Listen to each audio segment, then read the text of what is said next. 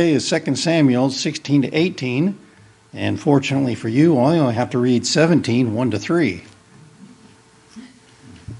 Moreover, Ahithophel said to Absalom, "Let me choose 12,000 men, and I will set out and pursue David tonight. I will come upon him while he is weary and discouraged, and throw them into a panic, and all the people that are with him will flee. I will strike down only the king, and I will bring all the people back to you as a bride comes home to her husband. You seek the life of only one man, and all the people will be at peace." Thank you, Ron. And I think I left my book back in the back.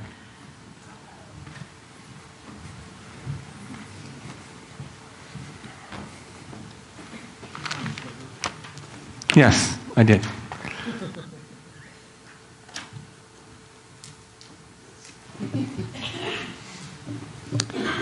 And I did not leave my book at the back, which is good news for you, because apparently I left it at home. Uh-oh. No, it's not one of those. We'll just wing it.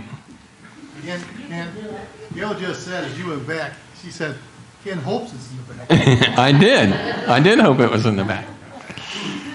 So we were already under the gun today because we're going to try to cover 3 chapters of Samuel.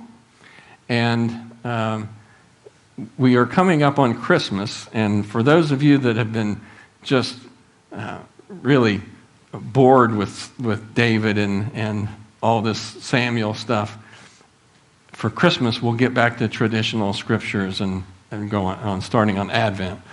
But that means I got to finish up 2 Samuel in like 6 or 7 chapters in 3 weeks or something. So that's why we got so much to cover. And for Landon and Autumn and Haley, we've been going through the book one chapter at a time to try to capture the life of David. Now remember, David is the hero of Israel, and even today, everyone that's a Jew will lift up David as their idol, their king, that it meant more to them than anybody else. But David had his hard times. So last chapter, David fled from Jerusalem because Absalom came and took over, tried to take over. And if he'd have stuck around, there'd have been a war in downtown Jerusalem, and they didn't particularly want that. So he fled so that there wouldn't be a war in the city of Jerusalem. So he left town with his head hanging because everyone wanted him to stay, and he said no. And God was punishing him. Anybody remember why God was punishing David?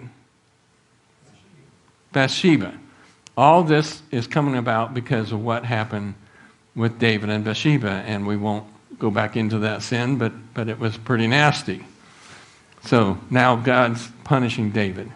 So he's going out of town, and Ziba, who is the servant that's taken care of Saul's, grandson Mephibosheth, comes to him when he's coming out of town, and he's not coming out of town alone. He's got an army with him. And they're not Israelis, they're foreigners that realize that David is really worthy of being a king. And they didn't agree that he should have left town, but they support David. But they went with nothing. So they're leaving out of town, they're coming up the hill, and Ziba comes with a bunch of supplies and says, "Here, David, I want to support you, and I want to make sure that you're all right," because Ziba has in the back of his head that somehow David's going to get through this. But it's really God's unseen hand sending supplies to help David. And we'll find out later that Ziba was actually pulling a scam. And hopefully you all read these chapters and you know all this stuff ahead of time. But it's not in these chapters, but later in chapters, we find out that Ziba was scamming David. But he did bring supplies. So, as he's going on further out of town, he came to Bahurim, and a man of the house of Saul, who would have been Saul, remember, was the king before, and that man came out and started cursing at David. You're a killer. You're a terrible guy. And he just kept cursing. And the men that were with David said, hey, let us take his head off. He can't be cursing at you. And anybody remember what David said? I know you all read this ahead of time. Gail knows. No, she doesn't know. David said, leave him be. God is putting the words in his mouth, and what he's saying is true. I am a man of blood. I did do these bad things. And perhaps God has sent this man for a purpose. So David said, don't take his head off. Just leave him be. And the people keep on going. Well, this is where Abishai said, let me take his head off. And David says, no, we'll let it go. So he goes on out, and his friend Hushai comes up to him and says, let me go with you. He's a prophet. Let me go with you, and I want to give you the support. And David says, no, says, you go back to Jerusalem and be an advisor to Absalom. And there's another advisor, which I'm going to call Anthill. This Anthill guy is a prophet that has been with David all this time, but he decided to stay back and be with Absalom. And David says, well, Hushai, you go back and you try to find out what's going on, and you can send word to me as things happen. So when he does that, when Hushai goes to Absalom, Absalom says, wait a minute, you're a friend of David's. And Hushai says, no, he says, what's more important to me is the title of king, and I'm going to serve whoever's king, and you're king, so I'm going to serve you. And Absalom's not too smart, and he says, okay, yeah, why don't you stick around? So Absalom says to Anthill, give us your counsel. What shall we do? And Anthill says, go, because David left 10 concubines behind to take care of the house. And Anthill says, go into those concubines and exert your power over the nation. So they set up a tent on top of the house, and he goes into the concubines on top of the house. And so that wasn't a good thing, but it's really a treason for him to do that. But he's exerting his power. Now, when Anthill gives that command to Absalom, he has definitely committed himself to Absalom. So if something happens to Absalom, Anthill's in trouble, right? So Absalom asks Anthill for more advice. And Anthill says, let me choose 12,000 men, and I'll set out right now and pursue David, and I'll kill him. And I won't bother anybody else. Anybody that's with him, I'll push them aside, just kill David, all this will be over. That was Anthill's advice to Absalom. So Hushai says, so Absalom, because there's an unseen hand of God out here, Hushai says, or Absalom says to Hushai, hey, what do you say? And Hushai says, well, the advice that Anthill gave you is not good, because David is a warrior, and he is strong. When you go out there to go after him, he knows where to hide. His men will tear you down, and it's not going to work, and you're going to be put out of power before you know it. All right, so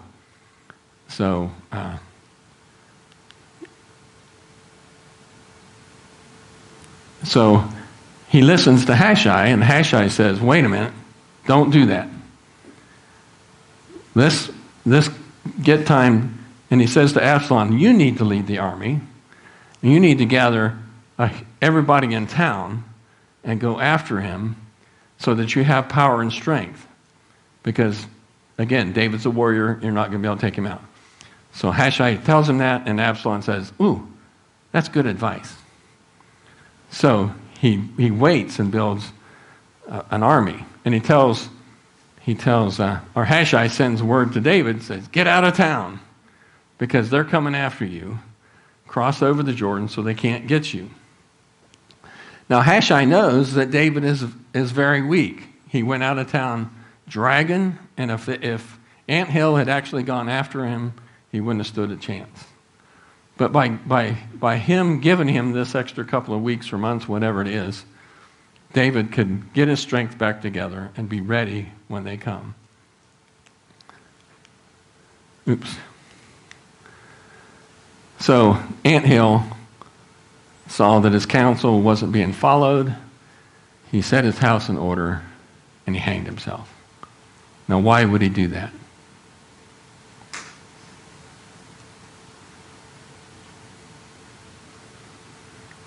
Because he knows that Absalom's going to lose. He's smart. He knows that Absalom's going to lose. David's going to come back. And David's going to know that he's the one that advised Absalom to go into the concubines, that advised Absalom to go after him. And his life will end. So he decided to go out on his terms. Now in the commentary, it reminds us that suicide is not an unforgivable sin. And as a church, we need to watch each other. We need to help each other realize that there's always hope. And even for Ant Hill, there would have been hope that David would have forgiven him. But he couldn't see that. So in that moment when you can't see hope, you need to look at somebody else and say, give me some hope. Turn to somebody and say, I need help. But Ant Hill didn't do it. So David came to Mahanaim, and Shobi, son of Nahash, and Rabbah, and Ammonites, and I need Larry here or someone else to pronounce all these words. Ron could probably do it. All these foreigners bring David more food, more supplies, and help David gain strength. And it's the foreigners that realize that David is worthy of help. Now, Absalom rose to power, right? Because he was charismatic. He was good looking. He was better looking than I am. And everybody idolized Absalom. But there was nothing. He was skin deep. There was nothing to him. There was no substance to him. He was just a politician that would talk. And all the foreigners realized that David had the Spirit of God upon him, and that they needed to support David. And that's what this group here is doing, supporting David. So, Absalom's coming out with the army, and David gathers up his men, and he set over their commanders and divide them into 3 groups, and they were ready when Absalom came with his army. And the army went out in the field against Israel, and the battle was fought in the forest of Ephraim. The men of Israel were defeated there by the servants of David, and the slaughter there was great on that day, 20,000 men. And if you're reading along, you'll see that it says more people were killed by the forest than by the men of Israel. That David knew what he was doing, and God knew what he was doing to where he was placed. And David's men knew how to fight, and the men of Israel, they knew how to carry a sword, but that was about it. So David's men run over him. And Absalom Now, why Absalom would be riding a mule, you'd think he'd be riding a horse. But Absalom's riding a mule, and he's going through the forest. And remember, a couple of weeks ago, we talked about Absalom and his beautiful hair. He had long, flowing hair, and he had to get it cut, and it weighed so much. Well, he gets caught in the limbs of the forest on this mule. So he apparently is not too smart. And he's caught in the woods by his hair or his head or something, and the mule takes off and leaves him hanging there. And so one of the men see him hanging there, and they go tell Joab, hey, Absalom's hanging there. And Joab says, did you kill him? And the guy said, no, I'm not going to kill him. The king, because David had said, don't harm Absalom. I'm not going to kill him. If I killed him, David would kill me. I'm not going to do that. And Joab says, where is he? Let me know.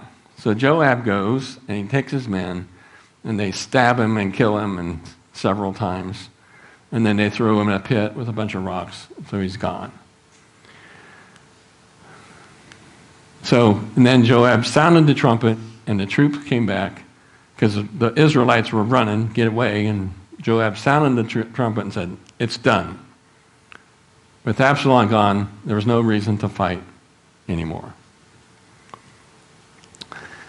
So in the story it says, Cushite wanted, or was going to go tell, and Ahimaaz, whatever that, Ahimaaz wanted to tell David that what happened, and Joab says, no, let the Cushite go tell him. So the Cushite took off to run to tell him, and the Ahimaaz says, I want to go. And Joab says, okay, you can go tell him too. So he went running, and he outrun the Cushite. And he got to David and told David, all is well. And the king said, is it well with Absalom? And Ahimaaz says, when Joab sent your servant, I saw a great tumult, but I do not know what it was. Now he said that, but he knew.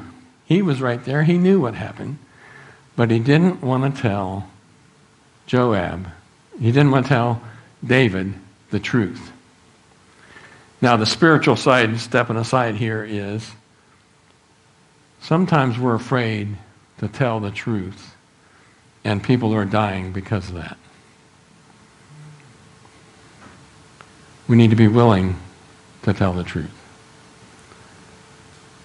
So Cushite comes along, and David asks him, is it well with Absalom? And Cushite answered, may the enemies of my lord the king and all who rise up to you do harm be like that young man. And David says, you've killed him. Oh, my son Absalom, my son Absalom, would I had died instead of you. So David goes into a time of mourning for his son who was going to kill him. And he mourns, and that's where we stop this thing, and it goes on next week.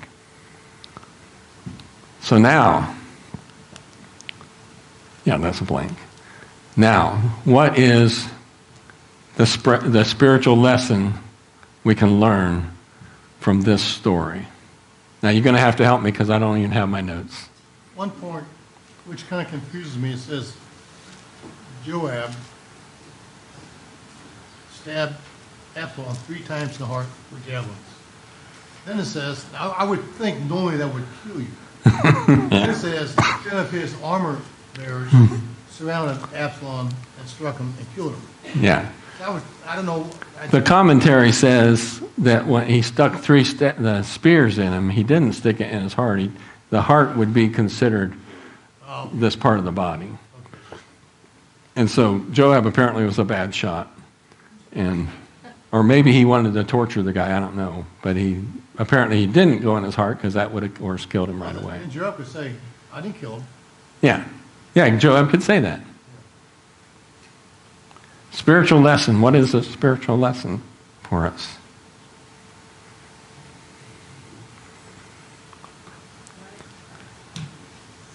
Doug, did I hear Doug's have something?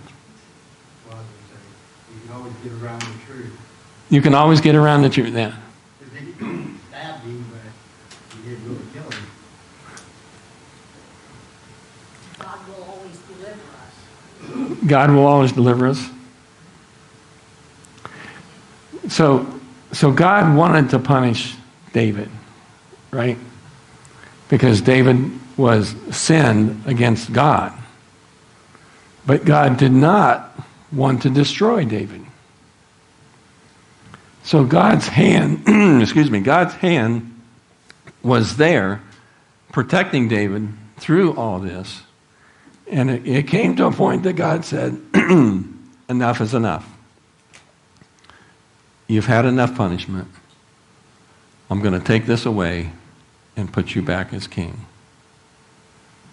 Now, that's sort of a upper story, lower story kind of thing, because David's in the middle of this stuff, fighting for his life.